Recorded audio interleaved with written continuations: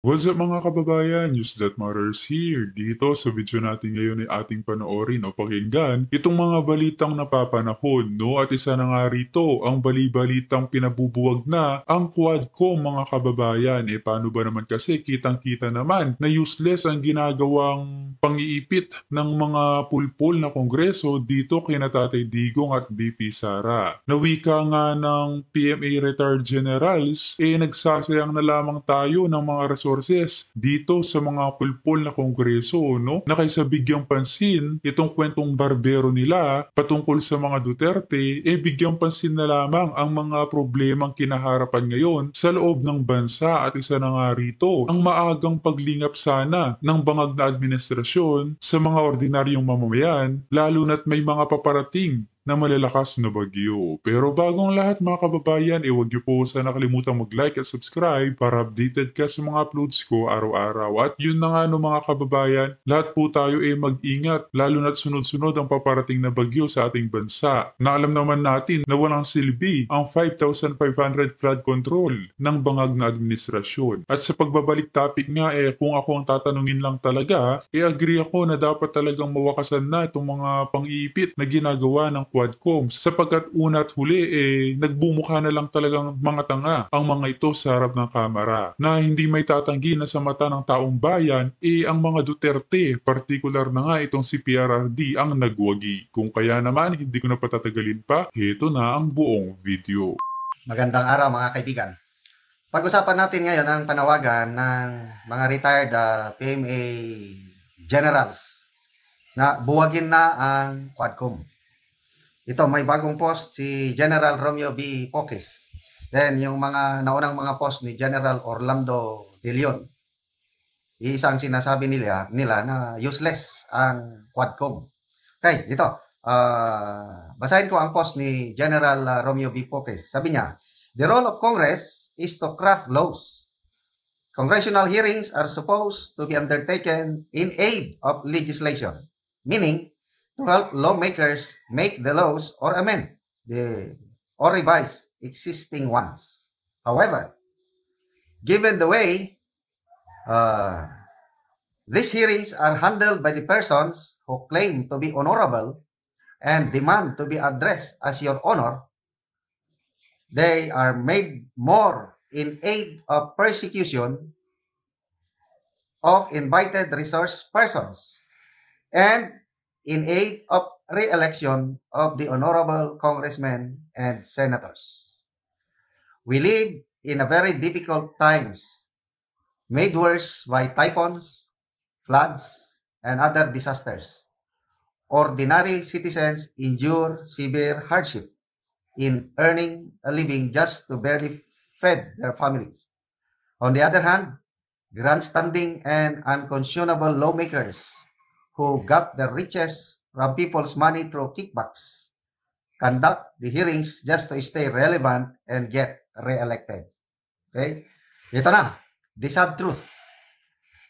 Out of the thousands of hearings conducted in aid of legislation every year for the past so many years, very minimal laws have actually been enacted out of them.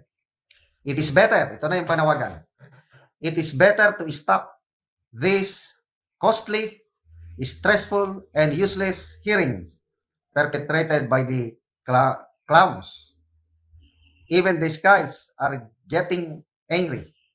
The past week, while the hearings were ongoing, we were hit with 4 strong typhoons, one after the other. Super Typhoon Pipito is now battering Samar and Bicol and will soon hit Metro Manila and the rest of Luzon. Super Typhoon Pipito will definitely bring untold suffering and will make the poor become poorer, while the rich lawmakers party in their private resorts and cruising penthouses. Up to when do the people need to suffer? Question mark. May nabalitaan ba kayong paghahanda na ginagawa ng Pangulong Bonget? Wala mga kababayan, anong pinokus nila noong nakaraang araw bago sumapit itong mga panibagong bagyo na paparating, di ba ang mga Duterte? Kung kaya totoong winiwikan itong PMAER General na dapat nang buwagin yang Quadcom sapagkat hindi naman nakakatulong sa mga ordinaryong mamamayan. So agree ba kayo itong panawagan ni General Puques and si General De Leon na hintuan na itong mga hearings na ito, especially yung Quadcom. Kasi sayang ang gastos, pera ng taong bayan ang ginagastos dyan. Sweldo nila, pagkain nila, aircon, pamasahe. Sa tagal-tagal na ng mga hearings na ito, kakaunti man ang mga batas na naipasa out of this hearing. So, itong mga hearing ito is in aid of persecution and in aid of re-election according to General Puques. Agree ba kayo? Mag-comment. I-comment nyo kung no. So, it's better to stop.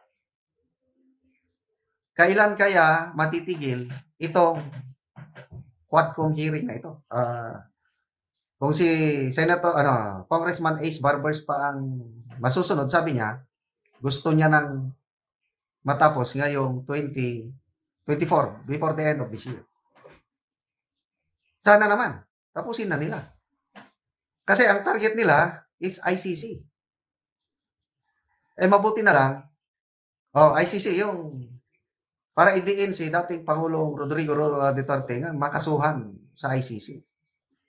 Mabuti na lang at nagsalita lately ang Pangulong Marcos Jr. Inulit niya yung kanyang stand na walang jurisdiction ang ICC dito sa Pilipinas. Hindi makikipag-cooperate ang Philippine government sa ICC investigation. Wow, napakalaking bagay yun na malaman natin na Paano kaya General Macanas? Alam niya sa sarili niya na pwedeng magamit ito sa kanya. Kumbaga double sword ito, lalo na't may authenticated video ng pagpupulburo niya bilang presidente. Subukan lang nila ipa-ICC si Duterte, isusunod namin yang si Bongit. hindi nagbabago. So, because of that pronouncement, kumambyo ngayon ang Quadcom. Nagsalita si Congressman Barbers na ayaw na nilang bigyan ng access ang ICC sa transcript ng Quadcom hearings. Seryoso ba siya sa sinasabi? Kasi yung mga balibalita, alleged lang ito. Sino bang nag-post? Si Attorney Trex Angeles, si Rigoberto Tiglao, si Maharlika, sinasabi na nandito na ang ICC at ang in charge, ang nag-aasikaso sa kanila, allegedly, si Speaker Martin Romualdez, katira pa nga sila sa hotel na pagmamayari ng isang congressman. Nandito na daw ang mga ICC. So, paano yan? Ang utos ng Pangulo, hindi tayo makipag-cooperate. Sabi nga ni Atty. Trexie, yung ginagawa ni Speaker Martin Romualdez, kung totoo, yung balita na siyang nag-aasikaso sa mga ICC investigators is usurpation or yung binabaliwalan niya na ang kapangyarihan ng Pangulo. Dahil according to Atty. Trexie, ang meron lang karapatan, anong tawag na mag-asikaso sa mga ganon is si Presidente, walang international standing si Speaker Martin Romualdez. Kasi legislation ang kanya eh. Ang executive, Pangulong Marcos, ang dapat na mag-asikaso sa ICC kung gusto niya, ayaw niya. So, talaga lumalabas na may motive. Yung sinasabi nila na to ferret out the truth. Yun na nga, nagsalita na si PRRD. Inaamin niya. Both sa Senate and Congress. Inaamin niya, yes. Meron akong ginawa. O sige na, kasuhan nyo na ako. Both dito sa Pilipinas, ICC, paaporay nyo, imbestigahan nyo na ako. Isa ring post ni General Puque, sabi niya, dinistinguish na yung command responsibility and personal accountability. Yung sabi ni PRRD na I take full legal and moral responsibility sa drug war, whether good or bad, yun na yung command responsibility. Inaako niya. Kaya lang yung accountability, ibang bagay yun. example ni General Pukis, yung pagpaslang kay retired General Barayuga. Meron ng testigo nang itinuturo si Police Colonel Garma at saka yung Napolcom Commissioner na Leonardo. Ayun, ituloy ang kaso. Accountable si Garma at Leonardo doon sa akusasyon ng si Colonel, nakalimutan ko yung testigo. Ang mananagot dito, ang nasasangkot, si Garma at saka si Leonardo. Accountable sila. Kaya lang hindi mo pwedeng idamay si Pangulong Duterte kasi hindi naman niya inutos na galawin o igorgor si retired General Barayuga. Hindi niya utos yun. Wala namang nagliling kay PRRD na pinagawa niya yun, kundi nandito lang, ang accountable lang si Leonardo and si Garma. Yun, ang kaibahan ng accountability, personal accountability, and command responsibility. So, sige, kasuhan nyo na si PRRD at handa naman niyang harapin. But according to Attorney Cristina Conte, ayaw niya na ang kaso against kay PRRD ay file sa Pilipinas, gusto nila sa ICC. Bakit? Matatalo sila sa Pilipinas. Mas makikita nila siguro mananalo sila sa ICC. So, tingnan natin. So, salamat Sir De Leon and Sir Pukis sa inyong matapang na pagpapahayag tungkol sa mga congressional hearings na ito. To ask question, isa-isa, na yung mga tanong nila paulit-ulit na. Pero hindi sinasaway. Hindi sinasaway ng ni barbers. You put the old man in such a situation na talagang, that's grueling That's grueling. Parang utang. Hindi nyo kami minumura-mura pero pinahirapan nyo ng todo. Minaltrato nyo talaga yung matanda. Paulit-ulit yung question ninyo. Lama kayo nahihita tapos itatanong nyo ulit. I-rephrase nyo lang hoping to get different answer. Diba? Kaso prosecutor yung matanda. So alam niya na yung ginagawa ninyo. Kahit i-rephrase nyo yung question, nare-record one more thing, yung question. Yes, Obet. Saglit lang, Kalipi. One more thing. Diba, it's an investigation in need of legislation. Pagdating kasi doon sa mga, yung grounds daw, na, di ba, nagtatanong ng mga kung anong grounds ng ganito, ganyan, why do you ask a lawyer na nandun sa opposing side, na anti-Duterte? Bakit hindi kayo mag-invite ng isang justice ng Supreme Court or something na neutral ba? Yung nagtanong ka ng ano ba yung grounds ng ganito, ng crime ng ganito, bakit mo tinatanong si Jokno? Bakit mo tinatanong si Dilima? At saka yung abogado ng yung babae sa ICC, si Nery Colmenares. Di ba? Alam mo, gusto mo mag-solicit ng idea, gusto mong magkaroon ng expert opinion, pero ang tinatanong mo, yung mga abogado na obviously kalaban doon sa pinatawag nyo. Kaya nga Kaya sino man inikala sa inyo? Pero, ayun. Well, anyway, yun lang yung point ko. Sige. Okay. Thank you, Obet. Hello, Diego. Alam nyo kasi, no, ang nangyari kasi sa Quadcom na yan, kung mapapansin mo, no, yung mga mga kongresista niya, wala sa ayos, no, mga chismis, mga kung ano mga sinasabi. Yung kongresista na nagtanong kay Wilkins, kay PIDEA Chief Wilkins, na kesyo raw kinilir niya si Yang kasi nga inappoint daw siya ni President Duterte sa pagiging head ng PIDEA. Sabi ni Wilkins, wala nga akong nakitang ebidensya na magdidiin kay Yang. Alam mo, pinagpipilitan ng isang kongresista, yung chismis. Kesyo raw marami nagsasabi, kesyo marami ganito. Anong klaseng pag-iisip na isang kongresista yan? Di ba? Tama. Ang kaharap niya, matalinong tao yan si Wilkins at saka pinangalagaan niya sa kanyang pangalan. Tapos gagamitan mo lang na chismis na kesyo si Michael Yang. Di ba?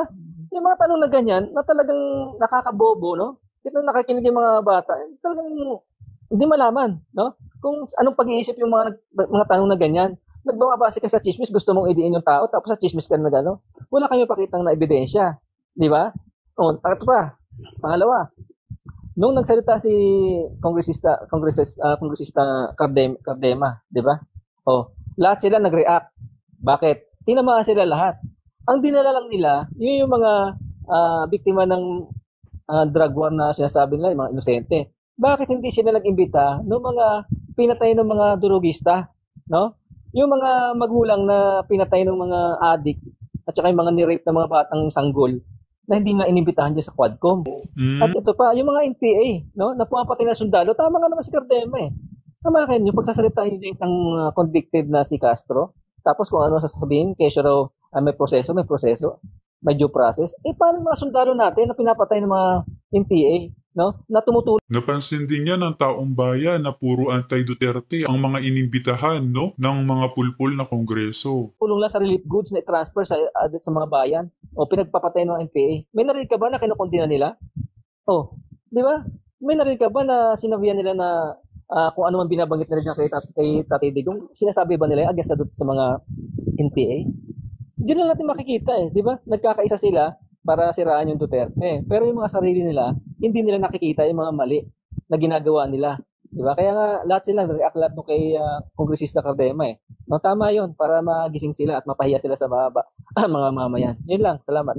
Thank you. If I may interject din doon sa sinabi ni Diego about sa mga party list. Kasi yung party list na system natin, talaga bulok na talaga no. Sila ang nakikinabang I would like to suggest na magre-release talaga, sabagay magre-release naman talaga din si Joey siguro, ng mga listahan ng mga party list na connected sa sa mga makakaliwang grupo sa NDF.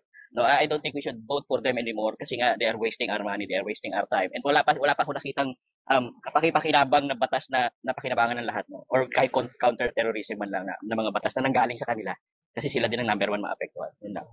Online, nag-usap tayo ng nakaraan, marami kang magandang i-share dito, alam ko. So, thank you po. Hello online. Nakikinig lang po.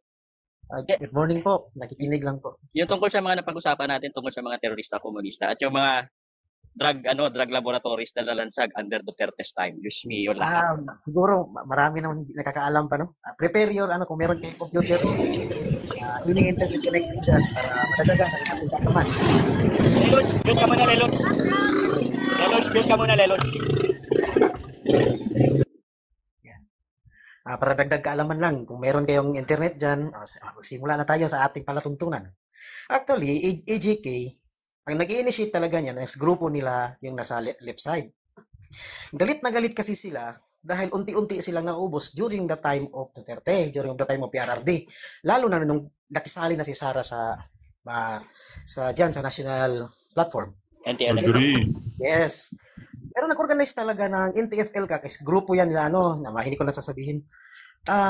Galit na galit kasi sila dahil unang nilunsad is yung ECLIP. Alam niyo ba yung ECLIP? Enhanced Community Livelihood Enhancement Program para sa mga surrendery. Saka nilunsad niyang si SPay. Nang nakita nila is effective lahat yan, saka napaka-efficient, nagbibigay ng sufficient parang sabi natin 360 evolution sa buhay ng mga andun sa liblib, lalo na sa mga indigenous people. Inilunsad ang NTFL kaya nagkaroon ng mga massive talaga na ginagawang kampanya ang gobyerno. Sa NTFL kasi tinutumbok nila yung pinaka-root. Kung titingnan mo kasi ang NPA, yung sa grupo nila, dalawa kasi yung side, may white area at saka red area. Yung white, yan sila Castro. Sa Toro Campo. Red area, yun ang grupo nila Kauris. Search niyo ma'am. Si Madlus. Yang si Kauris ma'am, siya ang pinakamatandang tao sa revolusyon na namatay sa impasugong Bukidnon. Siya ang pinaka-core ng revolusyon ma'am sa front arm, sa front warrior. Sa guerrilla movement. Sir Online, bakit niyo po alam itong bagay na ito? Mamaya na ma'am, mag-discuss tayo ma'am, malayo-layo pa tayo. Hindi, bigyan niyo lang po kami ng para po yung mga nakikinig po sa inyo, maintindihan nila kung bakit importante itong ma-share. Para meron po kayong personalidad at maintindihan ng mga na ito ay alam niyo dahil kayo po ba ay sundalo, sir? Basta andun tayo sa gobyerno tayo ma'am. Sa gobyerno po tayo. Yan ma'am. Yan lang naman po.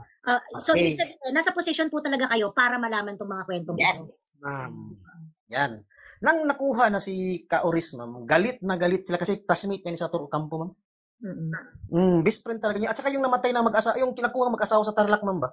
And I don't know, hindi nalimutan ko ang pangalan. Sila yung pinaka-core, ma'am, sa revolusyon. Nang makuha si Kauris, pinalayas niya si Bong Villanueva doon sa Mabinig, Davao de Oro, sa may Libudon. Yun din sana ang maging assistant sana niya para mag-continue ang guerrilla warfare sa kanilang movement. Nakuha din sa may Libudon. May kinuha din silang tao, sana magpatuloy ito, proliferate, yun si Mr. Chad Buok na nakuha din sa may somewhere New Bataan in between Maragusan. Malapit na mag-end ang term ni PRRD that time. Nang nakuha yun, Wala talagang ibang naisip sila kundi gumanti. Then nasilip nila ang drug of war, ang war on drugs as a leaping board para maka-inject sila, maka-insinuate sila na may illegal na ginagawa si Duterte. It's no longer about vindication of sentiment, ma'am, but it's vindication of vengeance. Galit na galit sila. Dapat mawala itong mga Duterte dahil pag once maganda pa rin ang performance ng Duterte, possibly, Sara will be raised up. And yan ang kinakatakot nila. Yan, ma'am. Yung EJK Correct. na yan, ma'am, is just a facade. But the real score dyan, ma'am, is paano sila Makes sense, no, mga kababayan? Kaya pala ganun na lang talagang kagustuhan nila na mapaalis ang mga Duterte sa kapangyarihan, no? Na baka hindi natin alam, mga kababayan, itong sinabongit, nakikisimpat siya na sa mga rebelde, ano? Lalo na't gusto nila, sila na lang ang maghari sa mahabang panahon. Anong sa tingin nyo, mga kababayan? nasugatan? Kasi doon sa grupo sa red area, ma'am, doon nag-i-evolve, ma'am, una, extortion because of revolutionary attacks. Second, in and out kasi ang lumdiring dyan, ma'am, magyaling sa drugs, sa kidnapping, ano pa yung isa, meron pa sila, ma'am, yung ano ba, yung mga gamit ng ating sa mga arsenals natin, ma'am. But feeling ko sundalo itong si Sir, no, mga kababayan? May mga alam siya patungkol sa mga pasundaluhan at rebelde. Yan, dyan na nagkaroon din yan ng black market, ma'am. Kaya galit na galit sila. During the time of GMA, actually, ang guerrilla front that time, i-explore natin yung mga bagani-bagani na yan, nasa mga 30 plus lang yan. Panahon ni Pini, ma'am, naging 57 ata yan o 67. Grabe, ma'am, dumami talaga. At kaya na nilang hawakan ng isang barangay. Siguro alam niyo yan, sa may Mungkayo area, infested talaga sila talaga na may-ari ng area. Ang anak, NPA, ang kapitan, NPA, lahat doon, NPA, ma'am. Yan. Kaya nagalit sila, ma'am. At lastly, ang yung nakuha, ma'am, yung Silyoncio Pitaw. Doon sila umalma talaga, ma'am. At that time, ang co-chair and the regional peace and over chairman that time is si BP Sara. Kaya galit na galit sila. They just find EJP as the leaping board para magkaroon sila ng identity to fight their vengeance against the Duterte. At ayun na nga, no, mga kababayan, narinig natin itong mga nagbabagang balita na hatid nila Miss Joey Cruz at General Macanas. As always, mga kababayan, kita na lang ulit tayo sa ating next vlog. Huwag niyo po sana kalimutan mag-like at subscribe para updated ka sa mga uploads ko araw-araw. Marami po salamat, mga kababayan. Ingat and God bless.